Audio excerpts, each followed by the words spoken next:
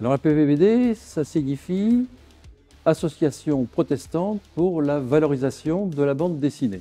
Alors, l'APVBD, c'est la réunion en fait des deux paroisses protestantes de la ville d'Angoulême, le PU et l'Église évangélique libre. Et l'idée, c'est d'apporter un témoignage chrétien au sein du Festival international de la bande dessinée d'Angoulême. Assurer une présence au temple, ici au centre-ville, et proposer des expositions pour à la fois présenter des objets qui sont beaux et aussi pour faire passer un message.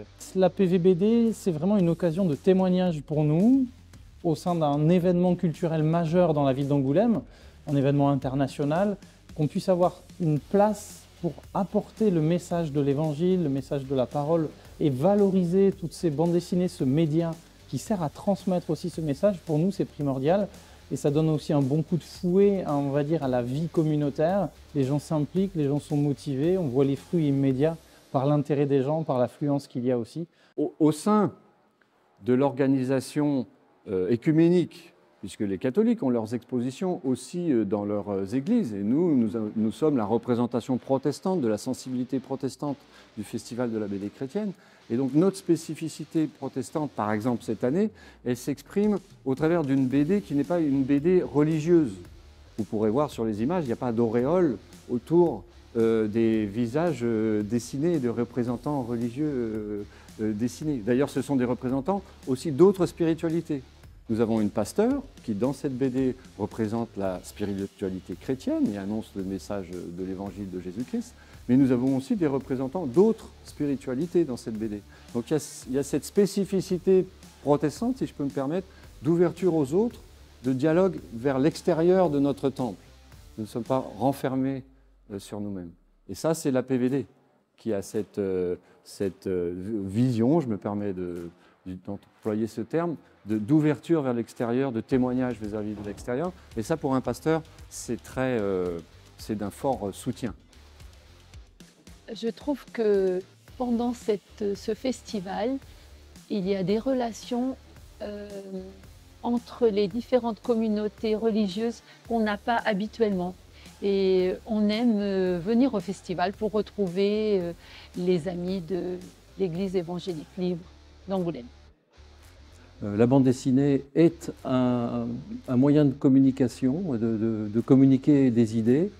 Et donc tous les ans, notre problème, c'est d'arriver à trouver une bande dessinée qui soit une vraie bande dessinée, donc avec des belles images, avec un scénario intéressant, et qui puisse prêter à la réflexion. On a choisi de mettre en avant Et Dieu dans tout ça, en quête de spiritualité. C'est pas une BD chrétienne, mais pour nous, c'était une porte d'entrée justement pour entamer des discussions, pour pouvoir parler de ce que représente pour nous la foi, la spiritualité, notre croyance, et pour rejoindre aussi nos contemporains en fait qui se posent des questions. Et on s'est dit que ça pouvait être un bon trait d'union entre nous et les gens qui nous entourent. Et ce qu'on apporte nous en plus, c'est qu'on termine l'exposition par un des pôles de l'exposition qui explique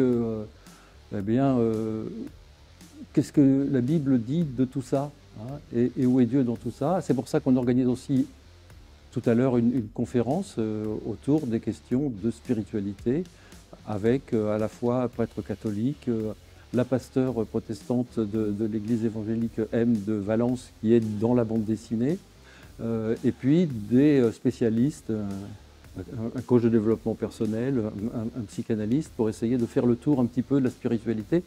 Et alors que la BD commence par la question « Et Dieu dans tout ça ?», nous on voudrait finir par, et c'est comme ça qu'on finit l'exposition, par « Et Dieu dans tout ça ».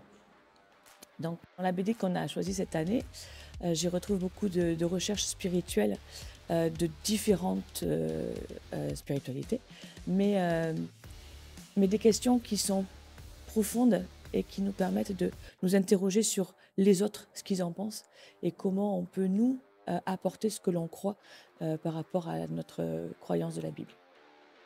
Ah, le panneau que je préfère, c'est celui sur les fêlures de la vie. Parce que les fêlures de la vie nous enrichissent et nous rendent meilleurs et plus beaux. Ma planche préférée, c'est une bonne question. Je pense que j'aime beaucoup une des dernières planches où on voit les trois auteurs et la dessinatrice se retrouver Et voilà, passer du temps ensemble autour de... Ils ont vécu un vrai voyage à travers toutes ces rencontres et de les voir à la fin se retrouver, c'est, je trouve, une planche qui m'a marqué. Alors, si vous voulez retrouver cette exposition, vous pouvez prendre contact avec la PED, donc, qui est centrée à Angoulême.